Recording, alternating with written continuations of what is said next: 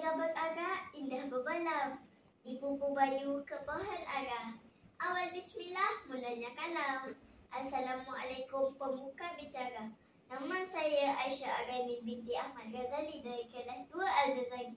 Saya belajar di sekolah SPTSK Seri Bigam, Pekan Pahang. Kod sekolah saya CBA 5024.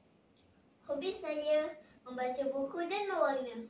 Hari ini saya ingin membuat ulasan buku yang berjudul Saya Menghormati Setiap Perbezaan.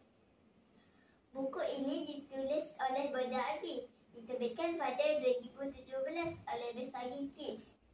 Bilangan muka surat buku ini ialah 19 muka surat dan mempunyai kulit hadapan yang menarik. Buku ini menceritakan tentang seorang budak lelaki bernama Adib. Adib dan keluarganya ke England untuk melawat makciknya iaitu Makcik Sarah. Di sana, Adib bertemu dengan jiran Makcik Sarah iaitu Uncle Austin dan keluarganya. Walaupun berlainan bahasa dan agama, sekejap sahaja mereka mulai kapal. Di sana juga Adib bertemu dengan seorang budak lelaki Afrika bernama Bilal yang lumpuh sedang solat di atas kerusi gada. Semasa di England, Adib dan keluarganya berjalan-jalan di sekitar kota London. Adib melawat beberapa tempat terkenal di England seperti Tower Bridge, Big Ben, Istana Buckingham dan London Eye. Adib juga dapat berjumpa dengan pelbagai bangsa, agama, bahasa dan warna kulit. Adib juga menghormati setiap perbezaan.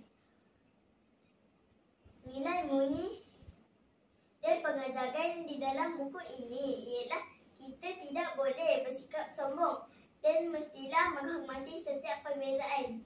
Unsur nilai-nilai murni yang diselitkan dapat memupuk kepribadian pembaca. Kelebihan buku ini ialah penggunaan bahasa yang mudah sesuai untuk pelajar sekolah rendah. Kulit hadapan dan gambar di dalamnya berwarna-warni, menarik minat saya dan kawan-kawan untuk membaca. Sekian, Assalamualaikum warahmatullahi wabarakatuh. Terima kasih.